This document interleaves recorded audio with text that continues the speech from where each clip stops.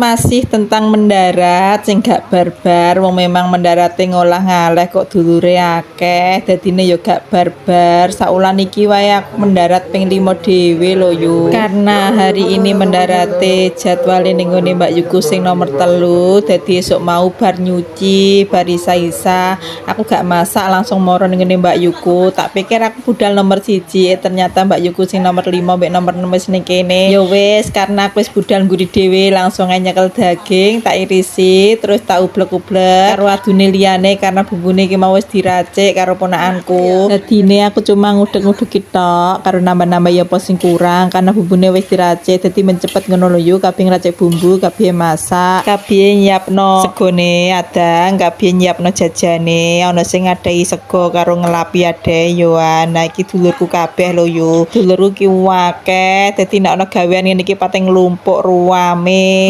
Maklum yo wong gebian anake akeh, dadi dulurku ki ana 8, aku sing terakhir. Dadi ki acara 1000 harine bapakku. Bapakku kan melu aku, kumpul ning aku, terus gak ono. Dadi sing pertama bancai 1000 harine ki aku. Lah karena aku deloki dadi pertama dhewe, bar ngono nusul Mbak Yuku kabeh. Nah iki giliran Mbak Yuku nomor 3, iki sing urung Mbak Yuku nomor 1 ambek Mbak Yuku nomor 2. Melu adate wong Jawa yo, wong bar gak ono ki dibrokoi atau dibancai sampai 1000 harine. Dan singkat cerita iki masak wis bar kabeh, akhire iki wayahe andum-andum berkatan morak-marik cedak-cedak ning kene wae mlaku. Nah sing rada adah sing sepeda yo iki sampai maghrib ora barbar mergo batiane iki yo akeh. Tapi ya alhamdulillah yo berkah dulur akeh iki mangan enak terus, mendarat terus ora barbar. Nah iki arep budal ning gone ponakan sing omahe rada adoh ambek sanan sing adoh-adoh mau diteri. Dan sampai jumpa ke acara mendarat selanjutnya yuk.